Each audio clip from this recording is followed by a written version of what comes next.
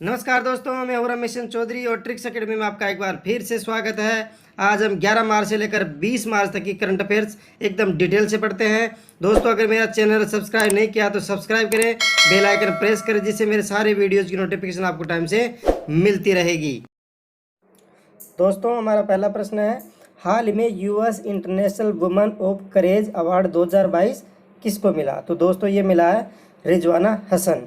बांग्लादेश की पर्यावरण वकील रिजवाना हसन को अंतर्राष्ट्रीय महिला साहस दिवस 2022 के लिए चुना गया। वहीं रिजवाना हसन को उसकी कार्य कुशलता और कार्य में सक्रियता के लिए 2012 में रेमन मैग्सेसे पुरस्कार भी मिला। दोस्तों, रेमन मैग्सेसे पुरस्कार एशिया का नोबेल पुरस्कार माना जाता है। वहीं इस साहसी पुरस्कार के लिए यानी कि इंटरनेशनल वुमेन ऑफ करेज 2022 के लिए टोटल 12 महिलाओं को चुना गया और ये पुरस्कार दिया गया 14 मार्च 2022 को। अगले प्रश्न की तरफ बढ़ते हैं दोस्तों, हाल ही में सेबी का पूर्णकालिक सदस्य किसे बनाया गया है? तो दोस्तों, इसका सही जवाब है अश्वनी भाटिया, क्योंकि माधवीपुरी बूच सेबी की पहली महिला प्रमुख बनी और अजय त्यागी जी रिटायर हो गए हैं, उनका स्थान लिया था माधवीपुरी बूच ने। SEBI mean security and exchange board of India. Ashwani Bhatia को सेबी का पूर्णकालिक सदस्य बना दिया गया है, जिनका कार्यकाल 3 साल का होगा। वहीं वर्तमान में अश्वनी भाटिया एसबीआई के प्रबंध निदेशक हैं।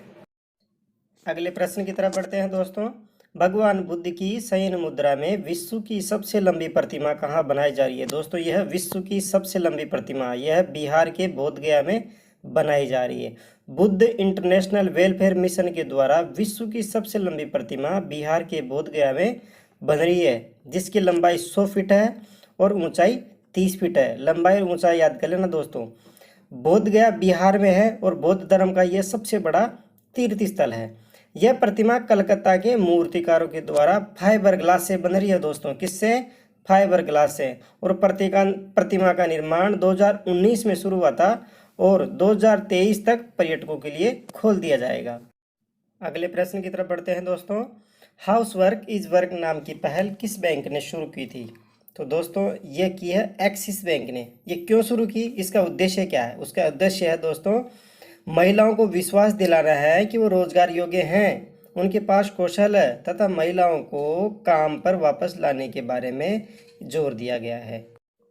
अगले प्रश्न की तरफ बढ़ते हैं दोस्तों, हाल ही में विश्व किडनी दिवस कब मनाया गया? तो दोस्तों, ये मनाया गया 10 मार्च को।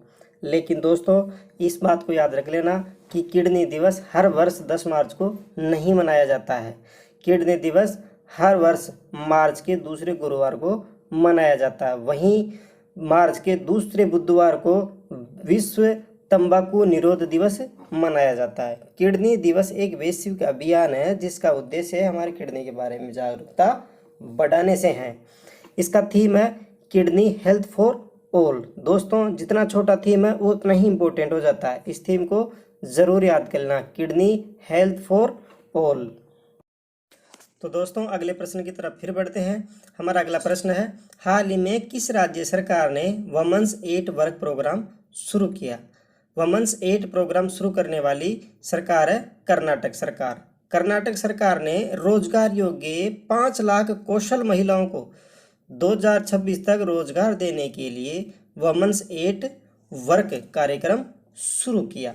अगले प्रश्न की तरफ बढ़ते हैं दोस्तों, अंतर्राष्ट्रीय गणित दिवस कब मनाया जाता है? तो दोस्तों, ये मनाया जाता है 14 मार्च को। इसका ट्रिक है दोस्तों इसको याद रखने का, अंतर्राष्ट्रीय गणित दिवस को पाई स्थिरांक के रूप में भी जाना जाता है। यानी पाई का मान होता है 22/7 है, उसका अगर कैलकुलेशन करते हैं 3.14 उसका मान होता है, यानी कि तीसरा महीना और 14वीं तारीख यानी कि 14 मार्च। इसका थीम क्या है? Mathematics units. दोस्तों, उस थीम को याद कर लेना क्योंकि ये थोड़ी छोटी है ना, वो इतनी इंपॉर्टेंट हो जाती है। इंटरनेशनल मैथमेटिक्स डे की शुरुआत पहली बार 2020 में हुई थी। वही राष्ट्रीय गणित दिवस की बात करें तो 22 दिसंबर को मनाया जाता है श्रीनिवास रामानुज की जयंती के अवसर पर। हमारा अगला प्रश्न है दोस्तों, हाल ही में खेल महाकुंभ का आयोजन कहाँ हुआ? तो दोस्तों, ये हुआ अहमदाबाद गुजरात में। खेल महाकुंभ का उद्घाटन भारत के प्रधानमंत्री नरेंद्र मोदी ने किया। स्पेशल बात है, खेल महाकुंभ का ये 11वां संस्करण है। और कौन से स्टेडियम में हो रहा है? सरदार पटेल स्टेडियम अहमदाबाद गुजरात में। खेल महाकुंभ 2022 में कुल 36 सामान्य खेल होंगे वहीं 26 पैरा खेल का आयोजन किया जाएगा। दोस्तों अगले प्रश्न की तरफ बढ़ते हैं। हाल ही में इसरो के द्वारा युविका कार्यक्रम 2022 के लिए कितने छात्रों को चुना गया? तो दोस्तों इसका सही जवाब है 150 छात्रों को। युविका कार्यक्रम इसरो ने लॉन्च किया। यह 2 सप्ताह का आवासीय कार्यक्रम जिसमें 150 छात्रों का चयन किया गया। यह कार्यक्रम 16 मई से 22 मई 2022 तक होगा। यू मतलब युवा, वी फॉर विज्ञान, का मतलब कार्यक्रम, यानी युवी का मतलब होता है युवा विज्ञान कार्यक्रम, जिसका उद्देश्य है ग्रामीण तथा शहरी क्षेत्र के युवाओं को अंतरिक्ष प्रौद्योगिकी तथा अंतरिक्ष विज्ञान के बारे में जागरूकता पैदा करने से है। इसरो का चेयरमैन कौन है? इसरो का चेयरमैन डॉक्टर एस सोमनाथ। अगले प्रश्न की तरफ बढ़ते हैं दोस्तों। हाल ही में ईपीएफओ ने 2021-22 के लिए जमा पीएफ पर ब्याज दर घटाकर कितने % कर दी? तो दोस्तों इसका सही जवाब है 8.1%। ईपीएफओ ने 2021-22 के लिए जमा पीएफ के लिए ब्याज दर 8.5 से घटाकर 8.1% कर दिया। ईपीएफओ मतलब एम्प्लॉयज़ प्रोविडेंट फंड ऑर्गेनाइजेशन, यानी कर्मचारी भविष्य निधि संगठन। 40 साल में यह सबसे कम है। 1977-78 में 8% हुआ था। यह दर पिछले 2 वित्तीय वर्षों से 0.4% करना, यानी 19-20 और 20-21 में 8.5% था। अगले प्रश्न की तरफ फिर बढ़ते हैं दोस्तों। भारत की पहली ड्रोन स्कूल का उद्घाटन कहाँ हुआ? तो यह हुआ दोस्तों ग्वालियर, मध्य प्रदेश में। भारत के केंद्रीय नागरिक उड्डयन मंत्री ज्योतिरादित्य सिंधिया ने देश की पहली ड्रोन स्कूल का उद्घाटन ग्वालियर, मध्य प्रदेश में किया है। मध्य प्रदेश के 5 शहरों में ड्रोन स्कूल खोला जाएगा। पहला है ग्वालियर, फिर है भोपाल, इंदौर, जबलपुर और सतना।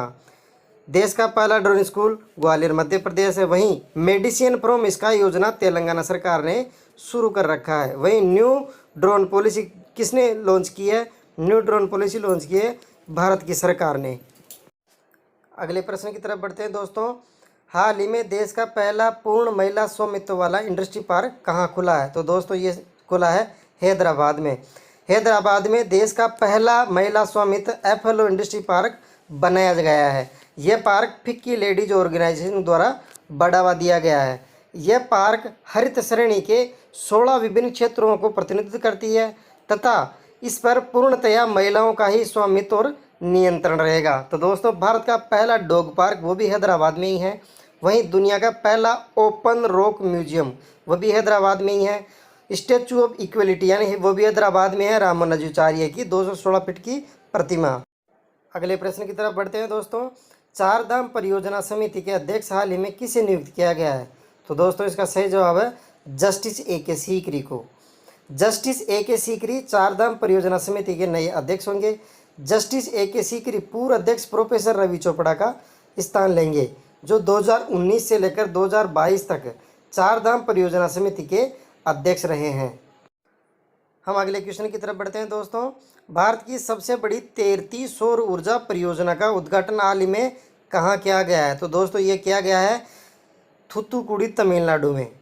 तमिलनाडु के मुख्यमंत्री M.K. स्टालिन ने देश की सबसे बड़ी तैरती सौर ऊर्जा का उद्घाटन थूथुकुडी, तमिलनाडु में किया है, जिसकी लागत है 150.4 करोड़। दोस्तों ये बहुत इंपॉर्टेंट क्वेश्चन है, क्योंकि इससे भी बड़ी तैरती सौर ऊर्जा परियोजना का काम मध्य प्रदेश के खंडवा में चल रहा है और यह 6000 मेगावाट क्षमता की सबसे बड़ी तैरती सौर ऊर्जा है, जिसमें 3000 करोड़ की लागत से 2023 में बनकर तैयार हो जाएगी। हमारा अगला प्रश्न है दोस्तों। हाल ही में रिजर्व बैंक ऑफ इंडिया ने किस बैंक के नए ग्राहक की ऑनबोर्डिंग को रोकने के निर्देश दिए हैं? तो दोस्तों इसका सही जवाब है पेटीएम पेमेंट। आरबीआई ने बैंक विनिमय अधिनियम 1949 की धारा 35A के आधार पर यह निर्णय लिया है। क्या निर्णय लिया है? कि पेटीएम पेमेंट के आईटी सिस्टम को एक व्यापक आईटी ऑडिट करने के लिए आईटी फर्म नियुक्त नहीं करेगा, तब तक इस पर यह बैन रहेगा। पेटीएम पेमेंट बैंक के अध्यक्ष है विजय शेखर शर्मा और सतीश कुमार गुप्ता इसके CEO। अगले प्रश्न की तरफ बढ़ते हैं दोस्तों। हाल ही में ISSF वर्ल्ड कप 2022 में किस देश ने सर्वाधिक मेडल जीते? दोस्तों ठोक दो इस पे तो भारत, क्योंकि जहां शूटिंग की बात आती है भारत हमेशा अव्वल रहता है। ISSF mean international shooting sport federation. Bharat ने 7 मेडल जीते, 4 गोल्ड, 2 सिल्वर, 1 ब्रॉन्ज मेडल के साथ प्रथम स्थान रहा। नॉर्वे ने 6 मेडल जीते, 3 गोल्ड, 2 सिल्वर और 1 ब्रॉन्ज के साथ दूसरे स्थान पर रहा। वहीं फ्रांस ने 20 मेडल जीते, 3 गोल्ड 17 ब्रॉन्ज के साथ तीसरे स्थान पर रहा। भारत पहले स्थान पर रहा दोस्तों, क्योंकि इसमें गोल्ड मेडल को प्रायोरिटी दी जाती है टॉप टीम को। चाहे फ्रांस ने 20 मेडल जीते हैं, लेकिन इसने सबसे कम गोल्ड मेडल जीते हैं, इसलिए इसका स्थान तीसरी रही है। भारत की तरफ से सौरभ चौधरी, श्री निवेथा, ईशा और रुचिका ने स्वर्ण पदक जीता। हमारा अगला प्रश्न है दोस्तों, हाल ही में विश्व उपभोक्ता दिवस कब मनाया गया? तो दोस्तों इसका सही जवाब है 15 मार्च। वर्ल्ड कंज्यूमर राइट डे 15 मार्च को मनाया जाता है। उपभोक्ता के अधिकारों को खतरे में डालने वाले बाजार के दुरुपयोग और सामाजिक अन्याय का विरोध करने के लिए ये दिवस मनाया जाता है। इसका थीम क्या है 2022 का? Fair digital finance. 15 मार्च 1962 से विश्व उपभोक्ता दिवस मनाया जाता है। हमारा अगला प्रश्न है दोस्तों, फरवरी महीने का ICC men's player of the month किसे चुना गया? तो दोस्तों इसका सही जवाब है भारत का स्टार बल्लेबाज श्रेयस अय्यर। वहीं ICC women's player of the month की बात करें तो अमेलिया केर, जो न्यूजीलैंड की हरफनमौला ऑलराउंडर खिलाड़ी है, उनको मिला है। आईसीसी ने जनवरी 2021 से ही प्रत्येक महीने पुरुष और महिला क्रिकेटर को उनके उस महीने की खेल परफॉर्मेंस के आधार पर देने का ऐलान किया था और यह पहला अवार्ड भारत के विकेटकीपर बल्लेबाज ऋषभ पंत को मिला था। दोस्तों हमारा अगला क्वेश्चन है, हाल ही में एयर इंडिया के नए अध्यक्ष कौन बने? तो दोस्तों इसका सही जवाब है एन चंद्रशेखरन। टाटा सन्स जल्दी ही एयर इंडिया का नया सीईओ नियुक्त करेगा, जो एन चंद्रशेखरन को नियुक्त करेगा। इलकर आपसी अगले महीने सीईओ बनने वाले थे, जिन्होंने इस पद पर नियुक्त होने से पहले ही मना कर दिया। एन चंद्रशेखरन को 5 साल के लिए टाटा सन्स के कार्यकारी अध्यक्ष के लिए फरवरी 22 में ही नियुक्त किया गया था, लेकिन इनको वहां से बदलकर अभी एयर इंडिया के नए अध्यक्ष बना दिया गया है। आगे हम देखते हैं दोस्तों, मार्च के महीने के 1 तारीख से लेकर 20 तारीख के सारे दिवस के बारे में मैंने पूरी जानकारी दे दी है। दोस्तों इस वीडियो की अगर आपको PDF फाइल चाहिए तो मेरा Telegram channel trick academy follow करें, उस पर मैं सारी वीडियोज़ की PDF फाइल अपलोड कर दूंगा। चलो दोस्तों अगले क्वेश्चन की तरफ फिर बढ़ते हैं। हमारा अगला प्रश्न है, हाल ही में भारत का पहला वर्ल्ड पीस सेंटर कहाँ बनाया जा रहा है? तो दोस्तों वर्ल्ड पीस सेंटर बनाया जा रहा है हरियाणा के गुरुग्राम में। हरियाणा के गुरुग्राम में देश का पहला वर्ल्ड पीस सेंटर बनाया जाएगा। अहिंसा विश्व भारती संगठन के द्वारा गुरुग्राम में प्रसिद्ध जैनाचार्य डॉक्टर लोकेश जी के द्वारा विश्व में शांति और सद्भावना की स्थापना के लिए वर्ल्ड पीस सेंटर काम करेगा। इसकी बातें संयुक्त राष्ट्र यूएनओ और विश्व धर्म संसद में भी सुनी जाएगी। अगले प्रश्न की तरफ बढ़ते हैं दोस्तों। ब्लूमबर्ग की रिपोर्ट के अनुसार बाजार पंजीकरण में भारत का कौन सा स्थान है? तो दोस्तों इसमें भारत का स्थान है 5वां। बाजार पूंजीकरण मामले में भारत का स्थान $3.21 ट्रिलियन के साथ दुनिया में 5वां स्थान है। पहले स्थान पर अमेरिका $47.32 ट्रिलियन के साथ, वहीं चाइना दूसरे स्थान पर है $11.52 ट्रिलियन, जापान तीसरे स्थान पर $6 ट्रिलियन, वहीं हांगकांग का चौथा स्थान है $5.57 ट्रिलियन। अगले प्रश्न की तरफ फिर बढ़ते हैं दोस्तों। Asian bank of the year 2021 का पुरस्कार किस बैंक को मिला? तो दोस्तों ये मिला एक्सिस बैंक को। एक्सिस बैंक को एशियाई निवेश बैंकिंग के क्षेत्र में व्यापक कवरेज और विशेषता की गहराई के लिए Asia bank of the year 2021 से सम्मानित किया गया। इस वर्ष एक्सिस बैंक ने फाइनेंस एशिया कंट्री अवार्ड 2021 में भारत में सर्वश्रेष्ठ DCM हाउस का खिताब भी जीता है। हम अगले प्रश्न की तरफ फिर बढ़ते हैं दोस्तों। ग्लोबल रीच लिस्ट के आधार पर एशिया का सबसे अमीर व्यक्ति कौन है? तो दोस्तों इसका सही जवाब है Mukesh Ambani. Hurun global reach list में रिलायंस इंडस्ट्रीज के चेयरमैन मुकेश अंबानी एशिया के सबसे अमीर व्यक्ति बने, जिसकी संपत्ति है 103 बिलियन। एशिया के दूसरे सबसे अमीर व्यक्ति में भारत के ही गौतम अडानी का नाम आता है। हमारा अगला प्रश्न है दोस्तों, हाल ही में मिस वर्ल्ड 2021 कौन बनी? तो दोस्तों इसका सही जवाब है कैरोलिना बिलाविस्का। पोलैंड की कैरोलिना बिलावस्का ने मिस वर्ल्ड 2021 का खिताब जीता है। यह पोलैंड की दूसरी महिला है जिसने मिस वर्ल्ड का खिताब जीता है। वहीं भारत की बात करें, भारत ने अब तक 6 बार मिस वर्ल्ड का खिताब जीता है। पहली बार रीता फारिया ने सन 1966 में ये खिताब जीता था। इसके अलावा कुछ महत्वपूर्ण जानकारी, मिस यूनिवर्स 2021 हरनाज संधू रही। Miss India Earth 2021 Rashmi Madhuri रही। First Miss India Earth 2021 Pearl Agarwal. Miss International World 2021 doctor Akshata Prabhu. Mrs India Galaxy 2021 का अवार्ड मिला डॉक्टर निकिता सोकल। वहीं मिसेज वर्ल्ड 2022 बनी है साइलिन फोर्ड। दोस्तों इन सब का नाम याद कर लेना, इसमें से एक न एक क्वेश्चन 100% बनने वाला है। हमारा अगला प्रश्न है दोस्तों, हाल ही में सूरजकुंड अंतर्राष्ट्रीय शिल्प मेला कहाँ आयोजित किया गया? तो दोस्तों इसका सही जवाब है हरियाणा में। हरियाणा के फरीदाबाद में 35वां सूरजकुंड अंतर्राष्ट्रीय शिल्प मेला 19 मार्च से लेकर 4 अप्रैल तक आयोजित किया जा रहा है, जिसका थीम है जम्मू कश्मीर। यह मेला हस्तशिल्प, हाथ करघा तथा भारतीय संस्कृति विरासत की विविधता को प्रदर्शित करेगा, जिसमें 30 से ज़्यादा देश भाग लेंगे।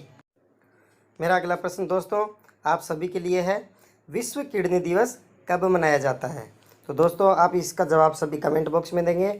दोस्तों अगर मेरा चैनल सब्सक्राइब नहीं किया है सब्सक्राइब करें, बेल आइकन प्रेस करें, जिससे सारे नोटिफिकेशन आपको टाइम पर मिलते रहेंगे। दोस्तों अगले वीडियो में फिर नई ताज़ा जानकारी के साथ मिलते हैं, तब तक के लिए जय हिंद जय भारत।